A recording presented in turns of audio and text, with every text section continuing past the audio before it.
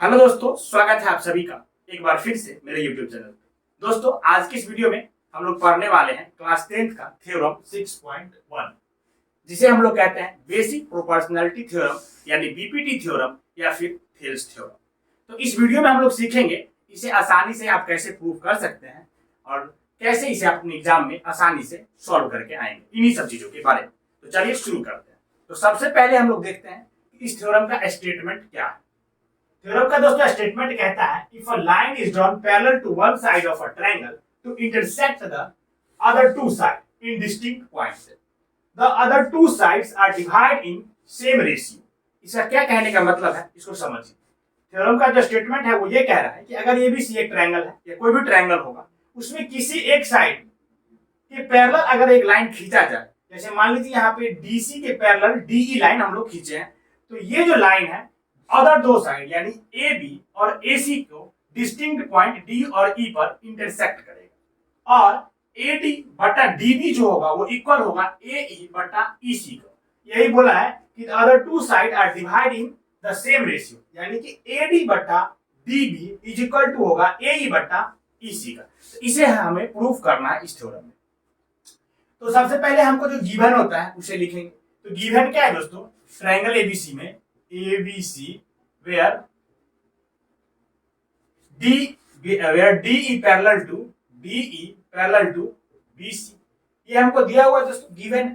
Proof क्या करना है, प्रूफ करना है कि AD बटा DB, ये जो थ्योरम का कह रहा है ना कि other two side divide in the same ratio, उसी को प्रूफ करना है। तो AD by DB is equal to होगा AE बटा EC का, ये हमें प्रूफ करना है। दोस्तों उसके लिए हमको कुछ कंस्ट्रक्शन करना पड़ेगा। कंस्ट्रक्शन में हम लोग क्या करेंगे, डी से ज्वाइन करेंगे बी को ई से,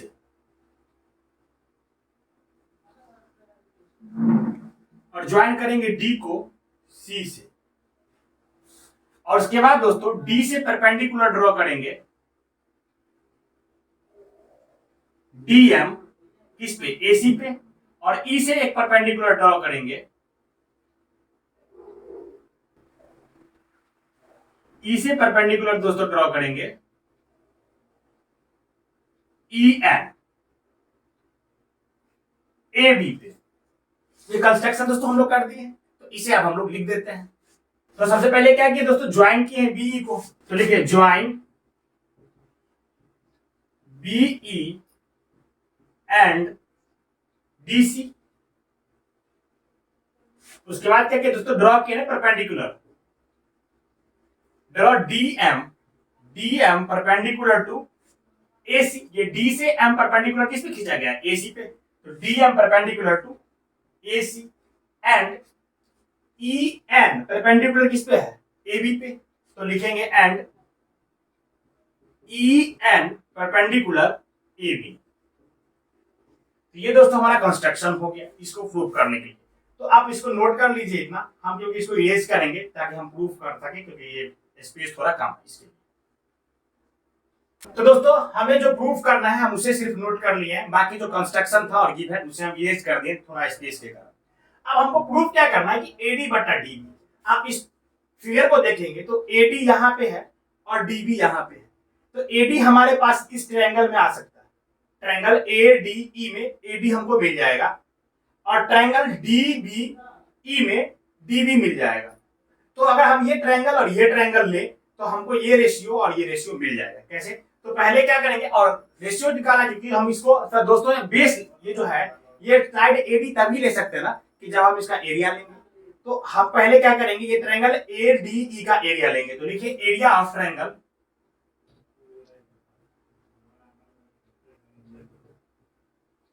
area of triangle, triangle ADE.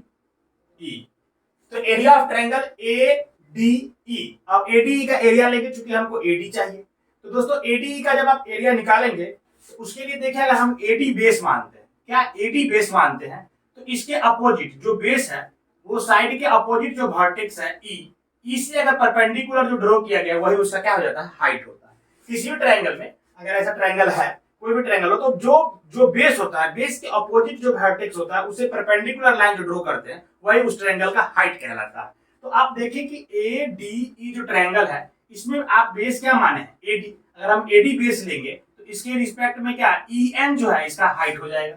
तो area of triangle ADE is equal to क्या लिखेंगे 1/2 बेस इंटू हाइट।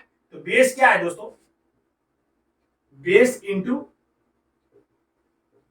हाइट, ये होता है फॉर्मूला दोस्तों ट्रायंगल का एरिया का। तो 1/2 यानी 1/2 और बेस क्या है यहाँ पे एडी, बेस क्या है एडी इंटू हाइट क्या है ई एन। तो ये पहला हो गया दोस्तों बेस इंटू हाइट, इसको मान लेते इक्वेशन 1 फर्स्ट वाले ट्रायंगल के। यहां से हम दोस्तों एडी तो ले चुके हैं, यहाँ पे एडी मिल गया हमको, लेकिन हमको क्या चाहिए डीबी भी चाहिए, एडी बटा डीबी प्रूव करना है। तो डीबी के लिए हमको ट्रायंगल लेना पड़ेगा ट्रायंगल डीबीई। तो area of triangle, area of triangle DBE. दोस्तों यहाँ पे देखिए डीबीई जो ट्रायंगल है ये एब्ट्यूज एंगल ट्रायंगल है। तो एब्ट्यूज एंगल ट्रायंगल में एक चीज आपको देखना है, इस ट्रायंगल को हम पहले यहाँ पे ड्रॉ कर दें फिर आप उसको समझें।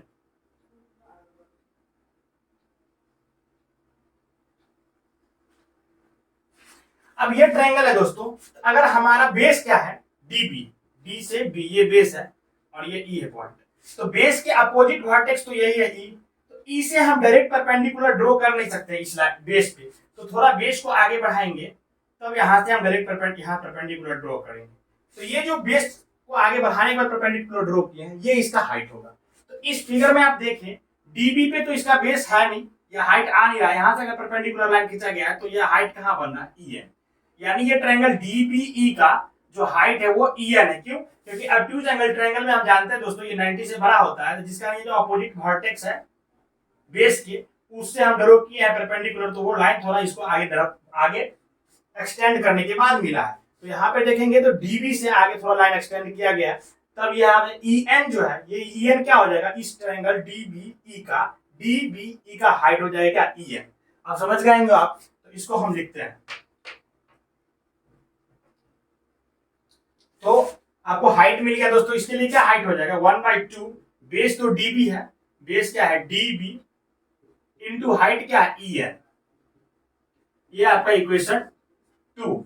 अब इक्वेशन 1 को डिवाइड करेंगे इक्वेशन 2 से, इक्वेशन 1 को डिवाइड करेंगे इक्वेशन 2 से, यानी हो जाएगा दोस्तों area of triangle A D E upon area of triangle DBE is equal to क्या हो जाएगा 1/2 into A D into E N upon हो जाएगा 1/2 into DB into E N. ठीक है, यहां देखें तो ये 1/2 कैंसिल हो जाएगा और ई एन बटा ई एन कैंसिल हो जाएगा, तो ये आपका आ गया यहां से ए डी अपॉन डीबी। आप देखें तो इधर का जो ए डी अपॉन डीबी था दोस्तों वो हम यहाँ पे निकाल चुके हैं ए डी अपॉन डीबी। इधर वाला रेशियो तो हम यहाँ से फाइंड कर लिए दो ट्रायंगल का एरिया डिवाइड करके। तो आप यहाँ तक नोट करें क्योंकि हमको इसे इरेज करना पड़ेगा। इसे हम लोग मान लेते हैं इक्वेशन ए। जल्दी से आप इसे नोट करें। तो दोस्तों अभी तक आपने देखा कि हम प्राप्त किए हैं ए डी बट्टा dB, area of triangle ADE और एरिया ऑफ ट्रायंगल डीबीई से। सेम इसी तरीके से हम अभी प्राप्त करेंगे ए बट्टा ई सी। इसके लिए हम लोग लेंगे एरिया ऑफ ट्रायंगल एडीई और एरिया ऑफ ट्रायंगल डीई सी। तो चलिए इस तरीके से फिर इसके लिए निकालते हैं। तो लिखेंगे similarly area of triangle A D E, area of triangle A D ई। अब दोस्तों इसमें अभी जो area of triangle A D ई लिए थे ऊपर वाले में, उसमें हम क्या किए थे कि एडी को बेस माने थे। अब हम क्या करेंगे ए को बेस मानेंगे। तो क्या हो जाएगा 1/2 half into base into height. तो बेस क्या हो जाएगा ए, क्योंकि हम इस ट्रायंगल के लिए ए को बेस मान रहे हैं। ये जो लाइन ए है इसको बेस मान रहे हैं। तो अगर इसको बेस मानेंगे तो इसके अपोजिट वर्टेक्स क्या होगा डी, और डी से परपेंडिकुलर क्या खींचा हुआ डीएम। तो यही क्या कहलाया जाएगा उसका हाइट। तो इसके लिए मल्टीप्लाई लिखेंगे हाइट डीएम। इसे मान लेते इक्वेशन 3। सेम इसी तरीके से दोस्तों एरिया ऑफ ट्रायंगल डीईसी, तो ये जो ट्रायंगल है डीईसी, आप देखेंगे दोस्तों ये भी क्या है ऑब्ट्यूज एंगल ट्रायंगल है।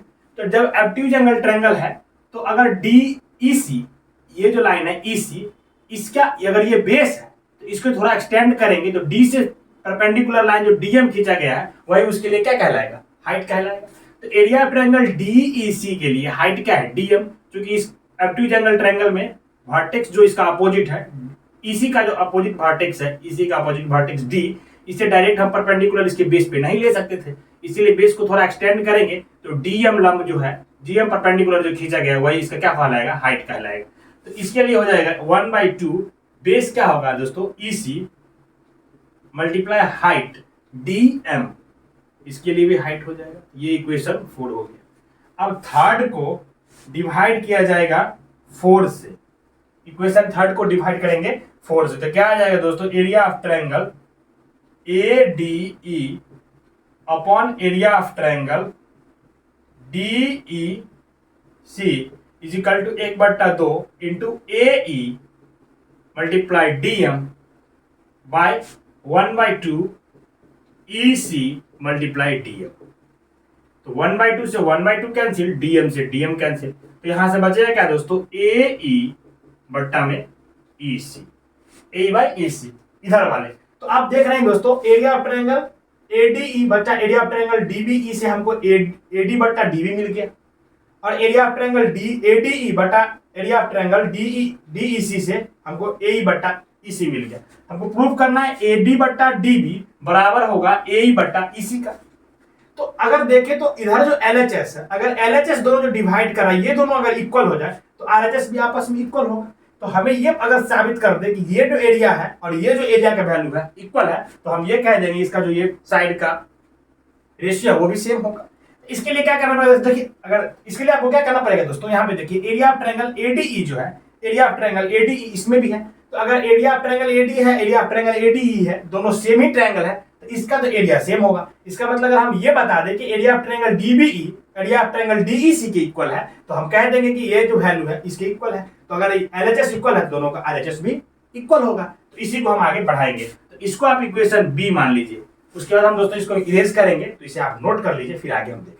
तो दोस्तों देखिए यहाँ पे अब हम लोग लिखेंगे now triangle DBE and DEC, यानी कि DBE और DEC on the same base, दोनों सेम बेस किस पे है, DE पे है, दोनों का दोनों ट्रायंगल सेम बेस पे है DE, and between the same parallel line BC and DE, और दोनों BC और DE ये सेम पैरेलल लाइन दोनों उसके बीच में है ये ट्रायंगल। अब यहां से देखेंगे ना, ये ट्रायंगल DBE और DEC दोनों सेम पैरेलल लाइन पे है, और बिटवीन सेम पैरेलल लाइन है DE और BC का। तो दोस्तों ये क्लास 9th में हम पढ़े थे, ये थ्योरम है। अगर ऐसा होता है तो ये ट्रायंगल और ये ट्रायंगल का एरिया क्या हो जाता है, इक्वल हो जाता है।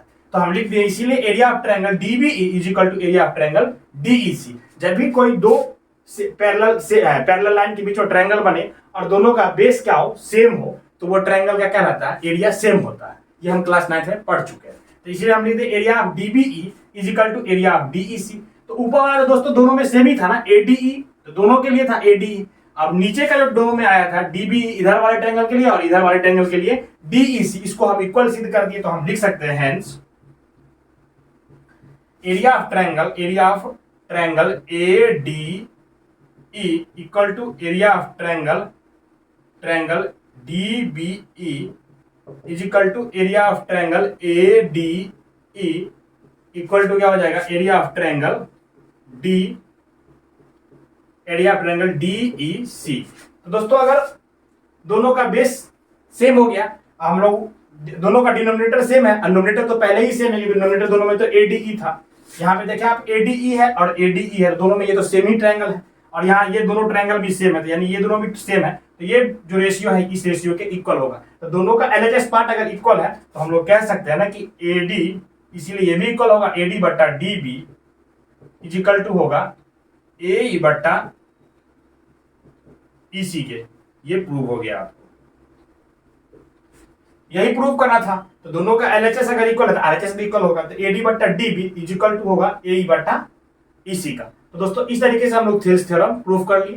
थोड़ा स्पेस कम होने के कारण बार बार हमको इसको इरेज करना पड़ा, इसीलिए थोड़ा सा प्रॉब्लम था। तो कैसा लगा वीडियो कमेंट करके बताइएगा। वीडियो अच्छा लगा हो तो लाइक कीजिएगा और अपने दोस्तों के साथ शेयर कीजिएगा। धन्यवाद।